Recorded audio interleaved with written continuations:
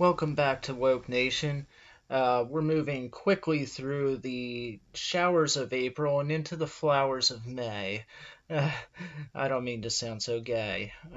Wow, that's not a term we can use anymore, so I apologize. I didn't mean any offense by it. But anyway, I was born in the month of May, so obviously I'm a little biased, but I do find it a little coincidental that on the same month that I was born, it is the month of flowers and life, and it's actually the month where warmth actually is there to stay, because as anyone knows about April, you have those days that are warm and nice, yes, but mixed in with that are a lot of dreary, chilly days, kind of like the U.S. economy. But be that as it may, I was born in May, get it? And we're almost there. I mean, it's April 29th. I was born on May 8th. So, yeah, my birthday's coming quick.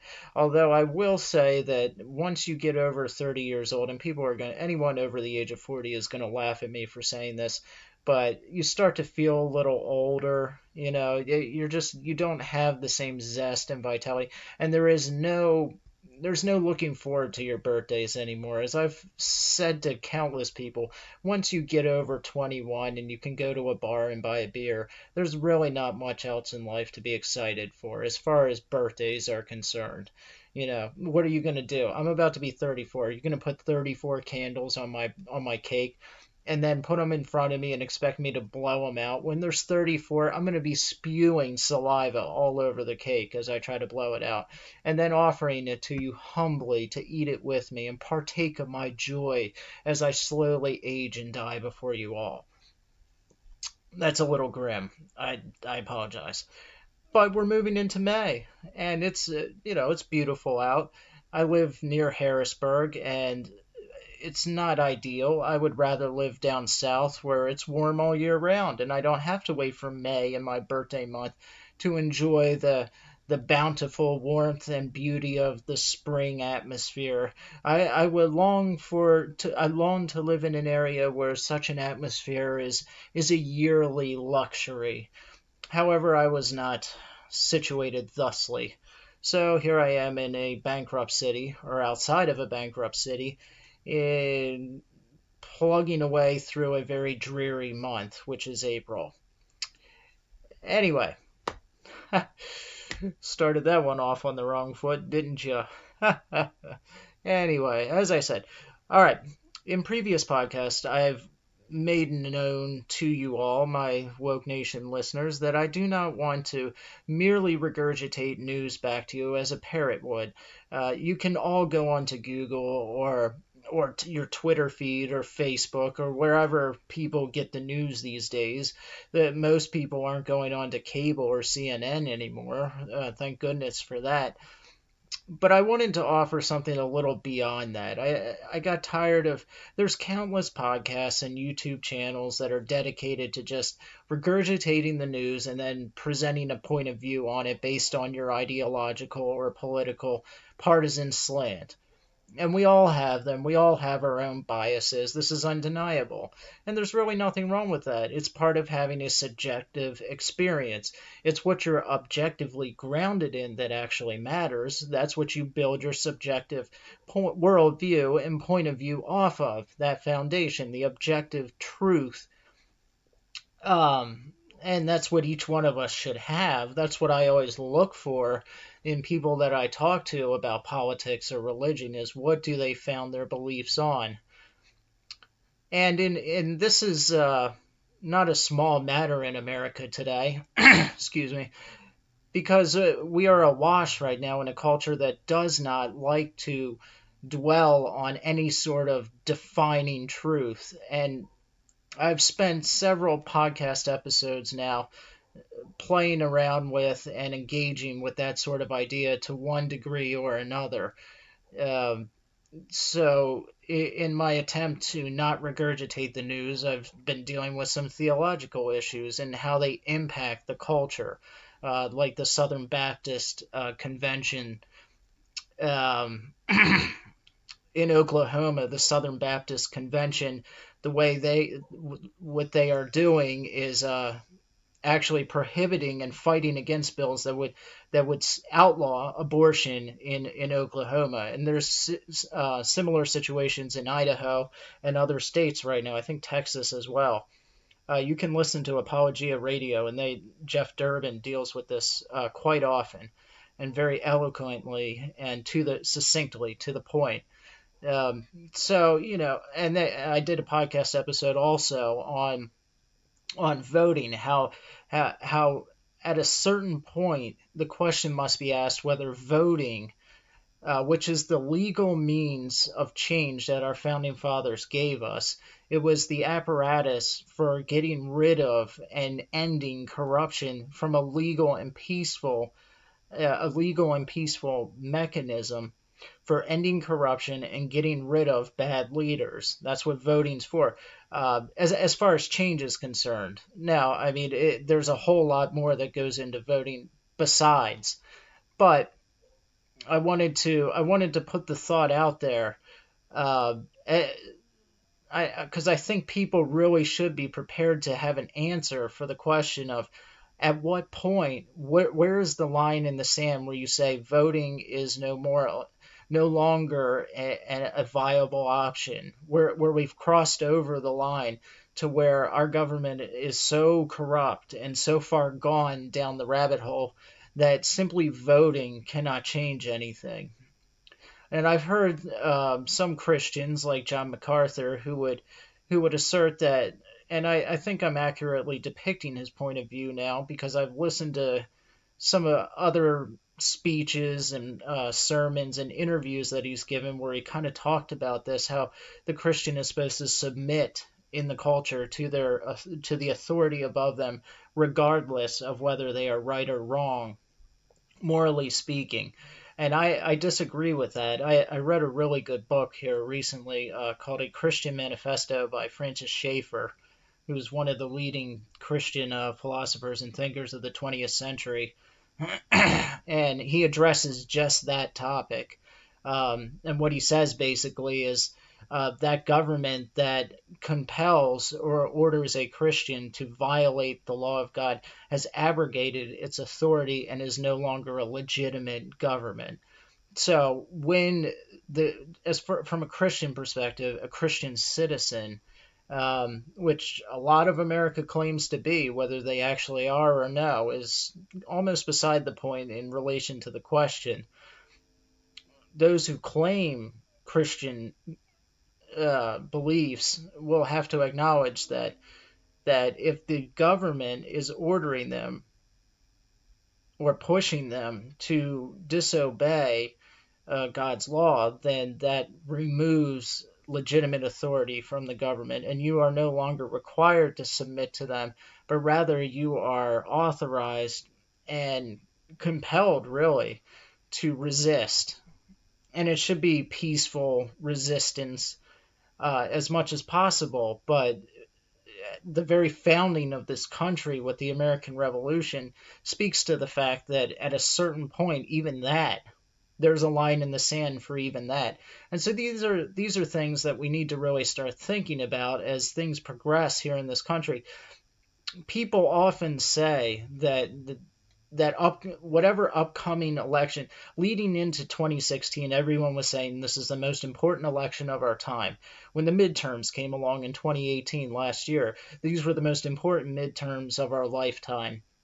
And now 2020 is coming up, and there are more than enough people, particularly within the mainstream media, who are saying this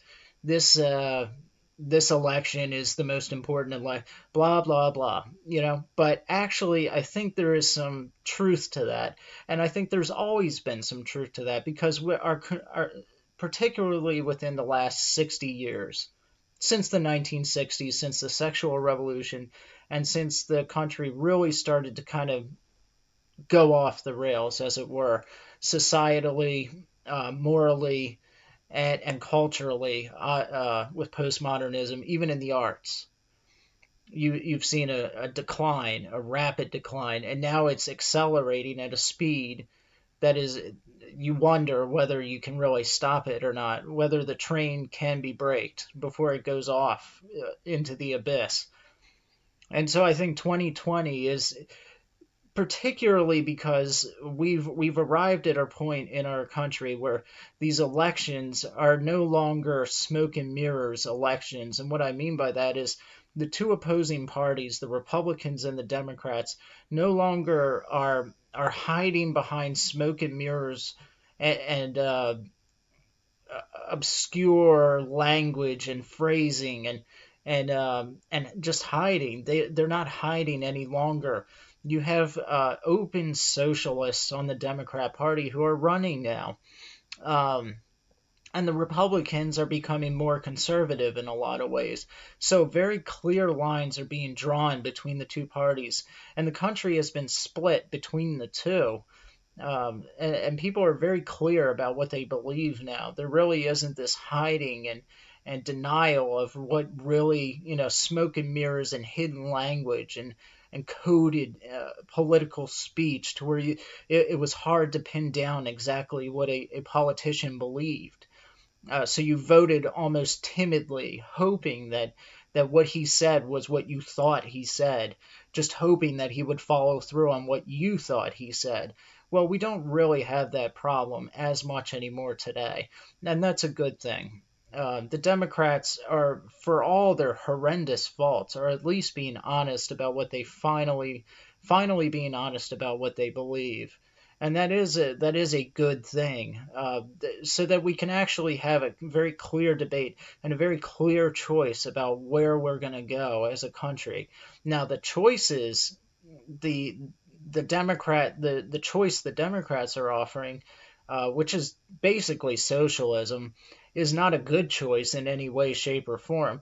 But it's better that people know what they're choosing, and it's better that conservatives can argue concisely against something, and that debates can be spent actually arguing the merits or the negatives of a given side rather than debating whether the opposing side actually holds to those particular beliefs or no.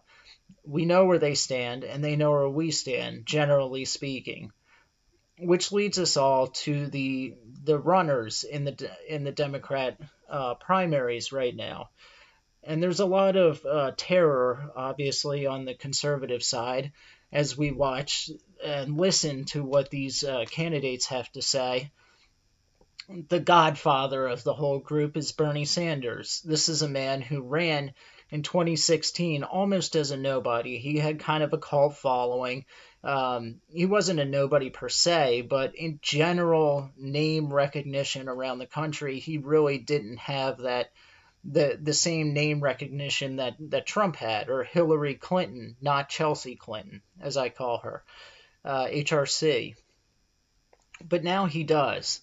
He's had another 2 years, or basically 2.5 years or so, to campaign essentially and to keep putting his name out there, and he's done a rather good job at it. For all his purported laziness, he is a good politician, and he knows the political game. He's a political animal. He knows how to get his name out there. He knows how to create sound bites. He has his pulse on a large cross section of the American people, and he knows what they're thinking and what they want, and he knows their desires. Um, Now that's not a positive, because I think their desires and what they ultimately want are not good things at all, and it's going to bring great ruin. Unintentionally perhaps, but it will bring great ruin if he were to win. Now, I don't think of Bernie Sanders as the great evil that a lot on the conservative side do. If you listen to a lot of conservative, Christopher Scott or Matt Walsh and Ben Shapiro, whoever, I don't look on him as the worst out of the whole group. I look at Bernie Sanders, and I'm going to talk more about him in a minute here. I want to get. I've looked at a couple websites with some of his quotes, and I want to go through some of them. But I don't look on him as the great evil that, as far as in comparison with a lot of the other guys and gals that are running, the men and women that are running. I think that Bernie Sanders set the stage and set the precedent and pioneered the trail that these other names like Kamala Harris and Cory Booker Um, and some of the others, not Tulsi Gabbard, really. I think she's an enigma in a lot of ways, and there's a lot of things I like about Tulsi Gabbard. I'm not going to talk about her as much. I want to do a podcast on her soon because I find it very sad that people like Tulsi Gabbard and Howard Schultz, who are actually very out of the box, different kind of Democrats. Who Tulsi Gabbard is an Iraqi war veteran, if I remember correctly, and she is very vocal about with her foreign policy perspective that we should not be involved in any of these nation building enterprises. I like her foreign policy. Howard Schultz, same thing. Howard Schultz has spoken out very vocally on our $25 trillion and counting debt, something that nobody really talks about, and I haven't really spoken too much about. By the way, Christopher Scott has a good podcast, and he talks about the debt all the time, and it needs to be spoken about more because I mean, it's the millstone around the country's neck at the end of the day. If you're going to accumulate debt at this rapid rate, and you're printing money without the gold standard backing it. So basically, you're creating inflation wholesale. Eventually, that's just going to be a train that derails inevitably. And these little recessions that have been popping up are going to be nothing compared to what happens when the economy truly crashes and our debt just swallows us up whole. And I'm not an economist, but it doesn't take an economist to know that if you have $25 trillion in debt and mounting, and our government has not been on budget, I think since Clinton's administration, then this is a very scary thing. We're spending at an astronomical rate. And the thing that I find scary about that is that the politicians that are running, particularly on the Democrat side, have no solution at all for getting us back on budget. If anything, their policies are going to bring us even more into debt. So let's go back to Bernie Sanders. I was saying, I don't view Bernie Sanders as the great evil that I think he is a genuinely misguided person. I think that he really truly believes that what he is espousing is good for the country. And I think that he really does believe that he can achieve, because when Bernie Sanders talks about socialism, I truly believe that he thinks in his mind that the version of socialism that he's talking about is not the Venezuelan or the Soviet Union, and I could be wrong. There are some that are probably pounding their fist on the desk, saying what an idiot I am for even trying to defend Bernie Sanders even a little bit. But I can only say what I think, okay? And if I'm wrong, show how I'm wrong, and I will admit it. It's possible I'm wrong.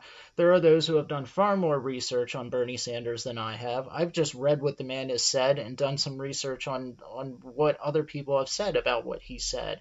You know, there's not much else I can do. I don't know him, and I don't have the time to read a biography on the guy. So I can only go with the information in front of me and make the best informed choice that I can. But as I was saying, I do think that Bernie Sanders truly believes there is a distinction between the socialism of Venezuela and Soviet Union and the socialism that you see in the Nordic countries like Scandinavia, Norway, and Sweden. I think Sweden. Now, the problem with that is that those countries have become, they were socialist at a certain time, and it was not that long ago, maybe 10, 15 years ago, perhaps, that they were more socialist then than they are now. They have governmental health care and things along those lines. The government provides certain services to the people. The problem with that, and again, I'm not an economist, so my knowledge on some of this is limited, but the problem with saying that you want Democrat socialism, and then you point over to the Nordic countries, is that the Nordic countries themselves reject the idea that they are socialists. All right, so if you're going to call yourself a socialist, and if Bernie Sanders is going to do that, it behooves him to to stick to the actual definitions of what the word is and what it means. And the Nordic countries reject that definition being placed upon them. They reject the idea that they do not espouse socialist ideas or ideology. They reject them. And as time has gone on, they have become progressively more and more capitalistic because they found that the more socialist they became, the more their economies stalled. Now, there are some countries, like Norway being one of them, who have very vast natural resources, at least from what I've been told and from the little I've read about them, which enables them to have a sort of welfare system that works for now. But there's no guarantee that this will work later on down the road. And I'm skeptical that it will.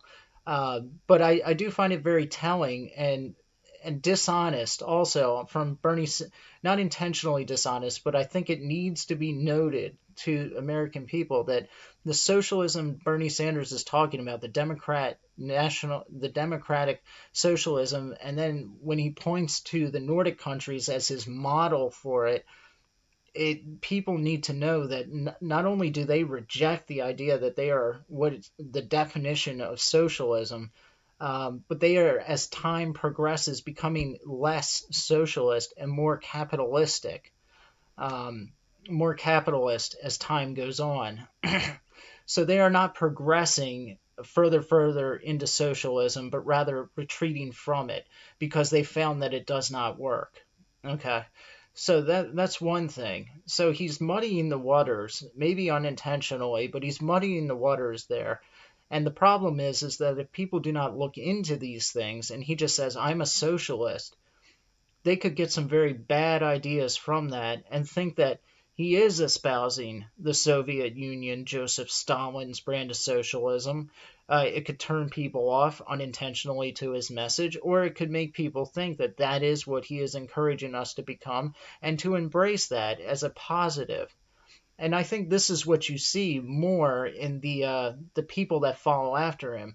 So when I say Bernie Sanders is not the great evil, I am not defending Bernie Sanders. I think a lot of his ideas are absolute crap, and they will destroy the country inevitably if he were to become president, because I view socialism as a progressive thing. It is an evil, and like any evil, it starts out small and it progresses to something larger until it completely swallows you up. It's just like any sin. It starts out like a pet until it becomes the monster that rules over you. And that's what I see. I think his intentions, again, are to create a nation where the government provides benefits to its people. But the problem with that, and what I want to point out, and what people don't realize and what they don't think of, is the spiritual component to that. And the spiritual component to that is that it places all of its faith in man. It really has, socialism at its heart has this utopian idea of man being able on his own, through his own efforts, to better himself and perfect himself and rub out all the evils and stamp out all the prejudices and the evils and the corruptions of this present age through his own efforts. And it's through the mechanism of governmental control that they do this. And the problem with that is a spiritual problem, because just as the famous saying goes, absolute power corrupts absolutely. The more power you give to a government, the more the temptation and the inclination inevitably to corrupt and control further, to gain more power and to gain absolute control. That's the way it's been throughout all of history. History always repeats itself because man never fundamentally changes. Our morals and our values are not evolving, contrary to what some people may try to tell you. We are all infected with this idea of original sin that puts us as flawed individuals from the get-go.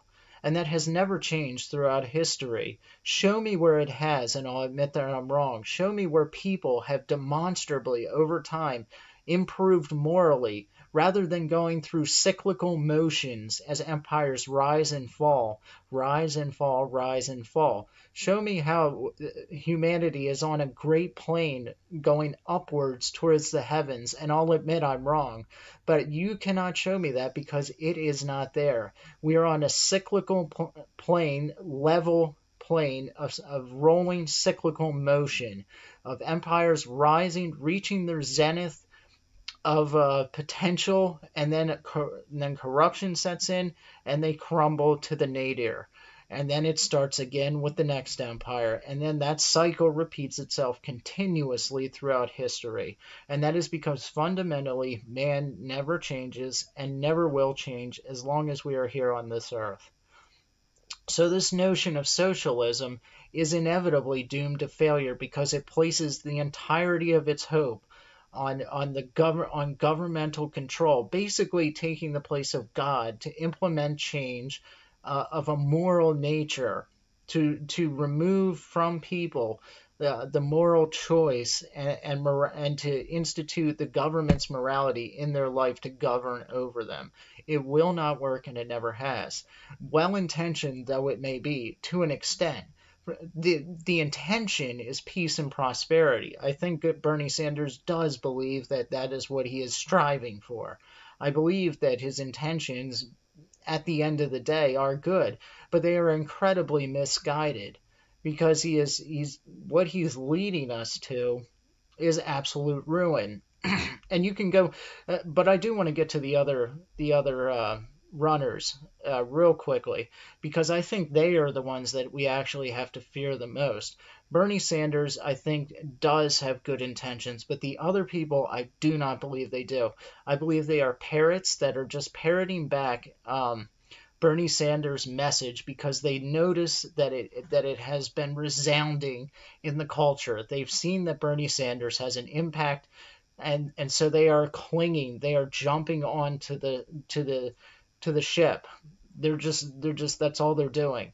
So there is no genuineness to their motives, I don't believe. The Eric Swalwell is not a genuine person. Okay, this guy has all the depth of a sheet of paper, and the personality of cardboard. The same goes for Kamala Harris. Elizabeth Warren by now is a joke. None of these people truly believe a single word that they say. In a sense, that makes Bernie Sanders more dangerous because that means that he is a true believer when he runs against Trump. And true believers are always going to stand out from the crowd and are always going to be charismatic and are always going to have people passionately following them because people can intuitively sense when somebody is a true believer. You exude that. It's natural. You cannot fake that. And people like Kamala Harris and Eric Swalwell, or whatever his name is, and Pete Buttigieg, he may be a little bit out, whatever. I'll get to him some other time. But I call him Paul, by the way, because my name is Peter, and I absolutely refuse. He is not worthy of the name Peter, so I call him Paul Buttigieg. But be that as it may, most of these people, the Cory Bookers, the Kamala Harrises, the Elizabeth Warrens, Kristen Gillibrand, all these people are just parrots. They've noticed that the Bernie Sanders message resonates with a large cross-section of the citizens in America, and so they are parroting that message back to us in the hopes of gaining votes. And they are the most deadly and the most dangerous of all the people running because they will say whatever comes into their mind, and they are currently right now engaged in a battle of seeing who can outshock the other as far as saying things that undermine the America establishment, the patriotism, the American government. Elizabeth Warren and some of the others are talking about getting rid of the Electoral College. Bad idea. This concept that getting rid of that will ensure that every vote counts is not the way that this country was set up. Your vote counts either way. But the Electoral College was there to preserve the sovereignty of the states, to ensure that bigger states like California never rule over directly over states like Rhode Island or Delaware. that they at least have a fair shot in the election. Um, and there are other reasons for it, but a pure democracy has never been a good thing. Thomas Jefferson himself said that pure democracy is one of the greatest evils under the sun. It truly is. It is where the 51% rule over the 49%. If you want a civil war, that's the quickest way to get it. Taking away the guns, that's inevitably what these other candidates want. Bernie Sanders has said that he's actually taken somewhat of a neutral stance. At least from what I've seen, there's probably people ripping their hair out right now that I would dare to say that. But I haven't seen or heard him say anything as far as confiscating guns or new bans or anything of the like. He seems to be somewhat neutral on it, besides the fact that he wants universal background checks, which I haven't studied it, but on the surface, I reject it. I think the answer is that more people should have guns, and then you will have to worry a lot less about anybody misusing theirs. But let's real quick. I found a website here, and since I want to focus on Bernie Sanders, this is the BBC.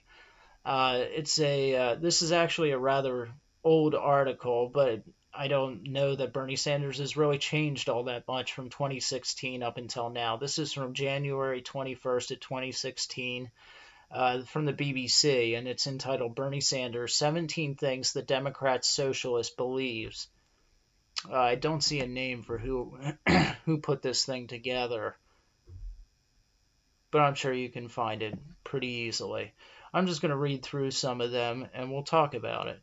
Number one, it says he is a socialist. Sanders is running as a Democrat socialist, but in his long political career, he became comfortable with just, quote, socialist. I am a socialist and everyone knows it, he once said. He frames his political ideology this way, quote, democratic socialism means that we must create an economy that works for all, not just the very wealthy, end quote. And they go on to say, his fight for equal treatment of the poor and middle class and against the, quote, billionaire class, and that's his famous millionaires and billionaires, is a central tenet of his campaign, and the socialist mantle has positioned him further left of the center than Clinton. This is when he was running against not Chelsea Clinton in 2016.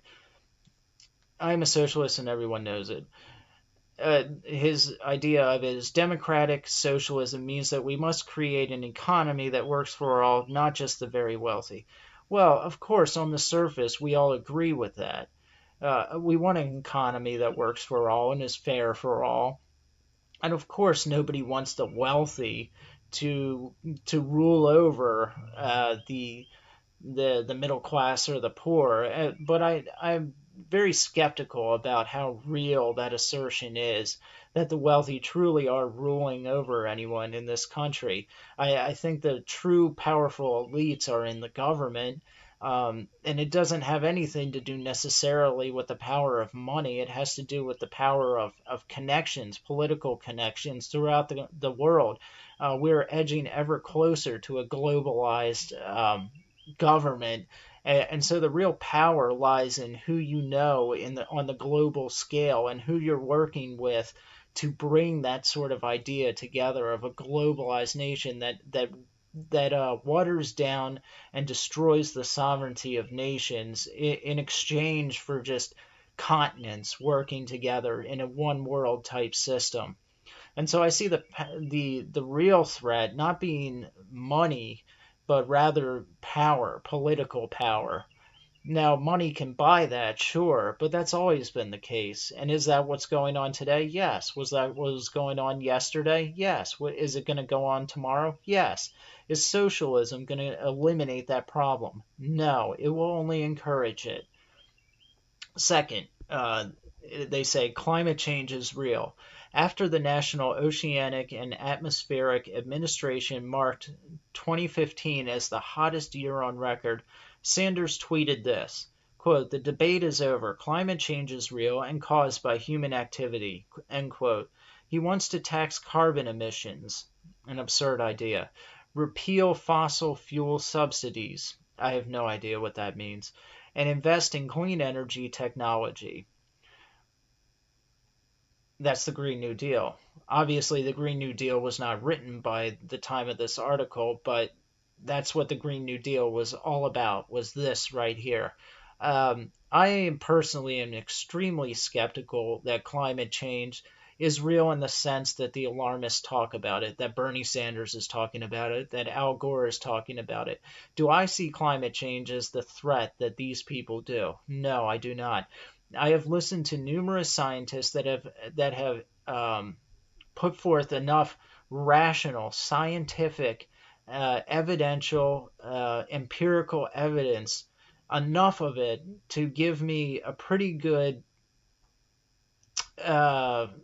pretty good idea that there's a lot of room for skepticism on that field. And what really turns me off to the whole alarmist thing is the way that skeptics are treated. They are treated as this abominable creature that if you were to even dare suggest that they are wrong, the climate change alarmists are wrong, then you are anathema. You are basically damned and rejected from all. You're a pariah, rejected from all polite society. Your colleagues reject you. It's become this frenzied zealot type religion, and I'm not the only one that said that. There really is this almost fundamental, charismatic, religious zeal to these people, to the point where they go on TV now saying that they refuse to have children, to procreate, because they would only be bringing children into a world that's about to end. This is insanity. These people are mad. There is no direct evidence that in 12 years, as they say, the world is going to end. It's just not there. And there are enough scientists, despite what they tell you, that truly do believe that there is not evidence for man-made global warming. And I am extremely skeptical that that is a real thing. That doesn't mean that people can't impact the climate, that can't impact the earth, that we should not focus on conservation. That doesn't mean we should chop down the Amazon rainforest or the Congo or the Indonesian, which is rapidly disappearing. It doesn't mean we should drive species into extinction. As Christians, we're called to govern over nature responsibly as good stewards. But this idea that that since the Industrial Revolution, in that short window of time, we've caused enough damage to to seal our fate, our to seal our extinction. Just I don't believe it, and I haven't seen enough evidence to convince me that that's real. I think the Earth goes through changes. It goes through cycles, and right now we're in a warming period. Don't forget that 100 years ago, scientists were saying that we were inevitably going into an ice age that was going to kill us. So there's that. Number 3, college should be free. Quote, a college degree is the new high school diploma, Sanders wrote in a Washington Post opinion piece, arguing that class equality is impossible if a majority of Americans don't have access to a college education. He has introduced a plan to make tuition at public universities and colleges free by taxing Wall Street speculators. Well, this is just wrong-headed on so many levels. First off, I disagree totally that there should be any kind of public education. I think education should be privatized. I do not agree for a moment that the government should have any kind of control over public education. There should not be public schools that are ran by the government. That is begging for government, for indoctrination, for propaganda. You're just begging for, you're leaving the door wide open for the government to just implement their thought, for whoever is running Washington to just introduce their thought processes as propaganda and their beliefs to the children through the masses. It is never a good idea to have public education. It should be privatized at best. So that's first, and that implies for grade school, high school, middle school, and college. I would say all of it should be privatized, or homeschool, or Christian and private school, whatever. The whole public school model, I think, is wrong-headed. you hear the refrain again about class equality, because the driving notion behind socialism is that class is everything, and that everything is a struggle between the rich and the poor. This is not true. We are a capitalist society in which the poor can become rich at the drop of a dime. That is the whole point of the American dream, that if you work hard and save your money and are wise and a good person, that you can succeed and be a part of that 1%, as he likes to call it. People go into the 1% and fall out of the 1% in a capitalist society very quickly. And that's the way it should be.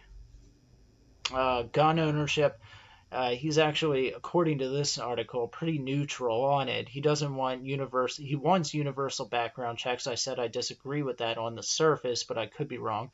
But prefers to talk about reaching common ground when it comes to gun policies rather than sweeping new gun control regulation. We'll see if he actually believes that.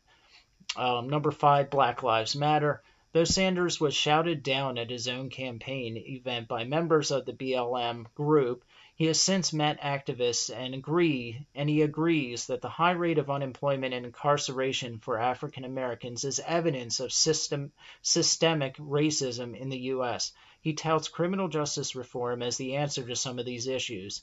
Wrong. The main issue with the black community in America is fatherlessness.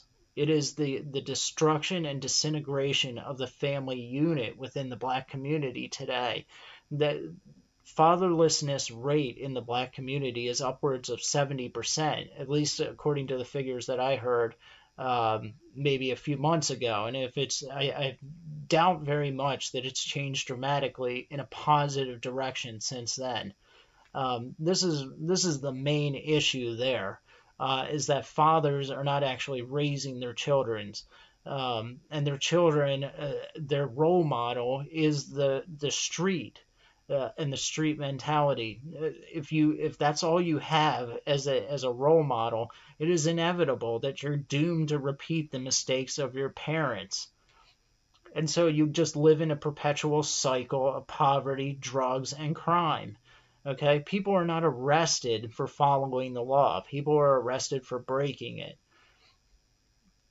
Number 6 is he will not accept super PAC money. I'm going to skip over that one and go to number 7. The minimum wage should be $15 per hour. This is insanity. It is going to destroy a lot of small businesses that cannot afford to pay people $15 an hour. You should not be paid $15 an hour to flip burgers at McDonald's. McDonald's, unless you want to move up and be manager and eventually a franchise owner of a McDonald's branch, flipping burgers at McDonald's or working the drive-thru was never meant to be a career. It's where kids in high school cut their teeth and learn how to work within the job market. But it was never intended to be a career path. And I still believe it shouldn't be, under no circumstances. And you're going to drive a lot of small businesses under who simply cannot afford to pay their workers $15 an hour. You are talking about helping the middle class, but you're going to destroy small businesses, which are part and parcel of the middle class. 8, Americans are tired of the two-party system. Duh. Okay, we can agree on that. It's because both parties are just different sides of the same coin. Number 9, he prefers to fly economy. Okay, cool. Good for you, Bernie. Number 10, the U.S. should adopt universal health care paid for by the federal government.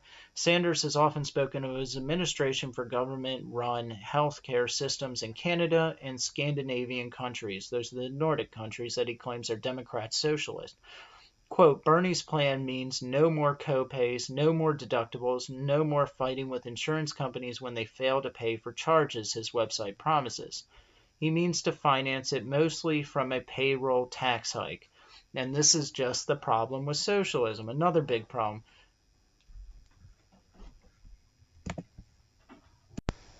But with the healthcare idea, you are inevitably taking from the rich to fund your healthcare system. And another problem with it, and people like Ben Shapiro have done far more research into this universal healthcare idea than I have, but just on a basic level, it tells me that you're going to destroy the incentive to make healthcare better, to bring goods and services out. It's going to kill the desire to make goods and services if you destroy the incentive to do that, which is what's a universal healthcare government provided one payer system would do. What I propose is that we go back to the time before the insurance companies and before government and insurance companies dug their fingers into the healthcare country or system. I would be very interested to see how this country functioned before they got involved. Um, my feeling is, and from what I've learned just from listening to, like, say, Ron Paul, who was a doctor all those eons ago, is that the relationship between the doctor and the patient was unfettered by insurance companies or by the government or by regulation. And so there was a direct relationship between the doctor and the patient. A doctor's practice was his own practice in a lot of ways. And so he was responsible for charging what he thought he should charge. And so the payment plans and the way patients paid the doctors was based off of the relationship and the agreements directly between the patient and the doctor. That's what it should be. The medical the medical field and doctors should be privatized. Each practice should be the doctor's own practice. It should not have insurance companies lording over it and requiring such high fees and high prices. The doctors, which completely ties a doctor's hands. He cannot help a patient, or as far as payments go, or recommend a certain course of action because of payment restrictions and affordability. Now, Bernie Sanders says that he's going to fix all that by making it free, but the money for it, where is it going to come from? From the 1%, he claims, but there is not enough money. It's been proven there is not enough money in the 1% to pay for this. And furthermore, if you introduce socialism into the country, you say we're going to tax the rich, then you instantly reduce the desire for people to actually become rich. What is the point, and where is the incentive for people to become rich if all they are doing is stepping up into a tax bracket that rapes them? Why are people going to want to become rich? You're destroying people's desire to better themselves, because in bettering themselves, they're actually screwing themselves. So this idea is totally self-defeating.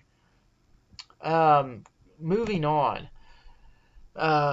Number 11, I'm going to skip. It says $1 trillion should be spent on infrastructure. The problem with that, I'm not going to skip it. I'm going to go over it real quick because it's so muddled-headed.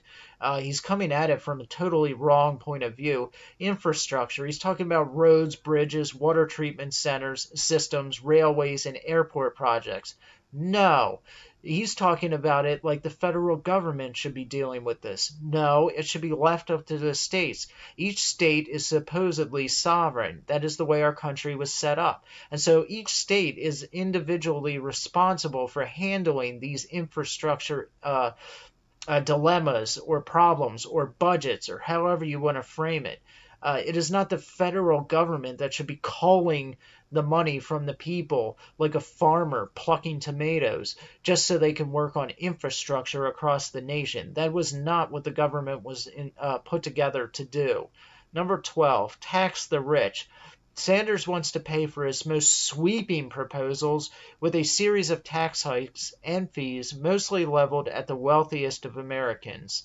Hedge fund managers, Wall Street speculators, and big businesses. I already went over this. You're going to destroy the entire incentive people have for bettering themselves. What value do you place on being rich if when you get there, you are no longer rich? If you're going to be taxed that much money, that's going to reduce the fact that you're rich. You're not going to be rich anymore. So why would you struggle to get there if you're just going to have the ground ripped out from under your feet by the government? Secondly, these tax cuts, which are tax hikes, not cuts, and fees, are aimed at the rich and not the middle class and not the poor. You could say that's a good thing. I don't think so. I'm not saying you should overtax the poor. I'm not saying you should overtax anybody. I think that a tax hike in any sense of the word is not a good thing. And what it tells you instead is that the federal government has become bloated, because otherwise, why would they need more of our money? We should have less taxes, and you should reduce the size of the federal government, not grow it and rob a certain portion of the American citizenship, even if they are a 1% overprivileged group of people, which is debatable on itself. Number 13, there should never have been a U.S.-led war in Iraq. Finally, I agree with him totally. The war in Iraq, in Afghanistan, all these nation-building endeavors are totally corrupt and have no business being a part of our foreign policy. Talk of going into Venezuela to get rid of Maduro is an abominable idea. Syria, keep the hell out of Syria. We have no business in these places. That is not the way our government was set up from the Founding Fathers in the Constitution. We are not the policemen of the world, nor should we be. And the world doesn't want us to be their freaking policemen. That is not what the world wants. Nobody wants democracy installed at the end of a gun barrel. Number 14, no boots on the ground into Syria. I agree with him completely on that. And incidentally, it would be nice if people like Tulsi Gabbard got more airtime, because actually her foreign policy is the most common sense foreign policy I've heard since Ron Paul. Unfortunately, she's pro-abortion, so I can't vote for her. Number 15, personal style is a waste of time. This, of course, is true. Number 16, he likes to go by Bernie. I guess like his campaign is Weekend at Bernie's, which means it's really dead, but he's pretending it's alive. And number 17, he would love to run against Donald Trump. I think that he is the worst person to run against Donald Trump, because even though I'm voting for Donald Trump and I want Donald Trump to win, Bernie Sanders is the only one running that could actually beat him. He has the name recognition, the clout, the donor support, and the charisma and the personality and the belief, like I spoke about earlier. He is a true believer, and people instinctively, intuitively that resonates to them. They recognize it. You can recognize a true believer instinctively. It is not something you can fake or pretend about. And Bernie Sanders is a true believer. Unlike the Elizabeth Warrens, who pretend to be Indian, or Beto or Warwick, the fake Hispanic, or any of the others, Paul Buttigieg, who has all the charisma of a wet noodle. I mean, these people are hopeless compared to Donald Trump. Donald Trump would eat them for lunch, breakfast, and dinner, and then poop them out while he puts out another tweet on Twitter. But Bernie Sanders has the clout, the charisma, the true believer aspect to himself.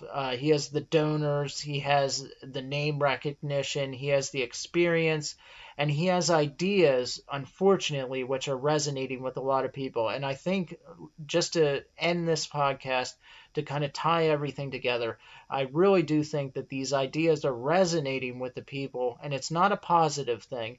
But it's because we've reached a point in society where we've told people for so long, kids growing up who are now middle-aged adults like myself, we've taught them that personal responsibility, it wasn't even in their vocabulary. We have not taught them personal responsibility, number one.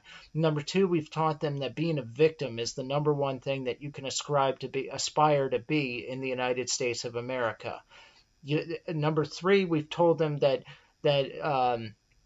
change is not something you should really go for.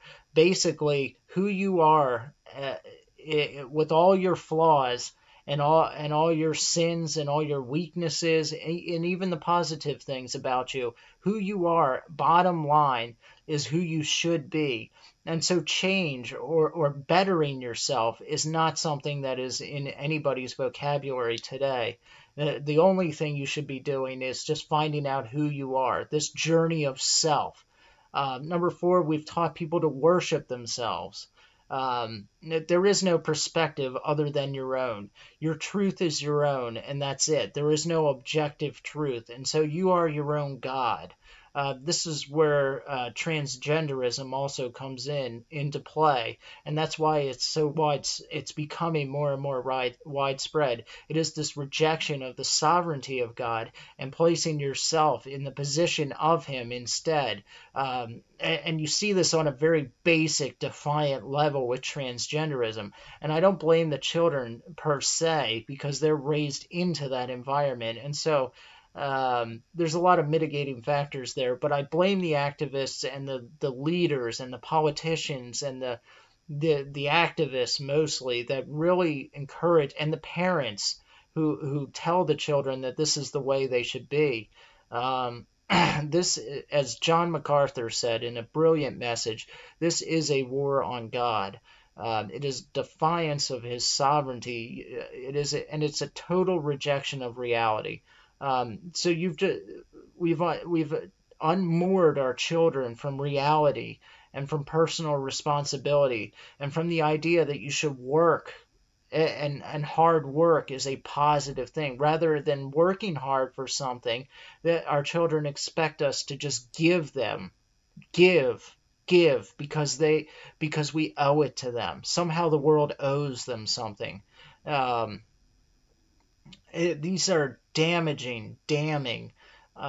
things that are being taught to the upcoming generations, and we're reaping the whirlwind.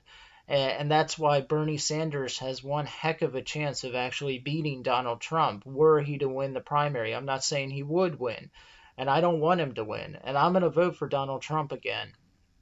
But he's a real threat. And again, I know some of you might think that doesn't mesh so well with what I was saying earlier about how I think that he's not as dangerous or as well. What I said was I don't think he's as evil as the Elizabeth Warrens and the Eric Swalwells, because they are not true believers. They will say anything to get elected. And I think Bernie Sanders at least has, I don't think he's as evil because he at least has a foundation that he stands upon, whereas the others are relativistic opportunists.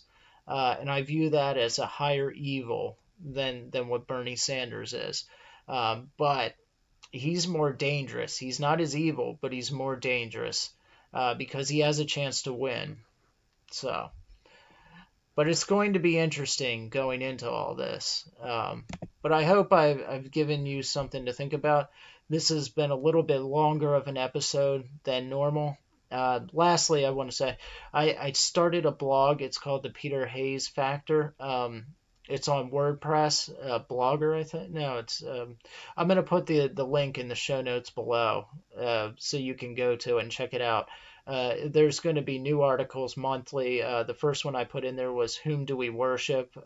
Kind of critique of the contemporary worship scene in the churches today, and how I don't think that we're actually worshiping as we ought. I could be wrong, but that's just my opinion based on what I think the Bible says.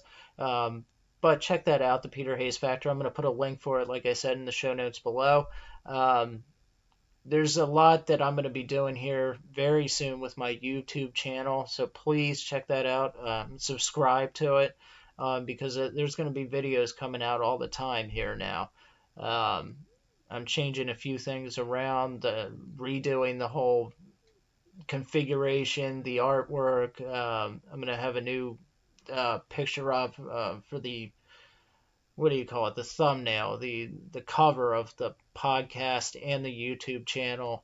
And there's a lot of editing and other stuff that I'm going to be introducing in, so that the videos I put out are the same ones that you would see from like a Paul Joseph Watson or Rachel Oates or any of them, any of the big names.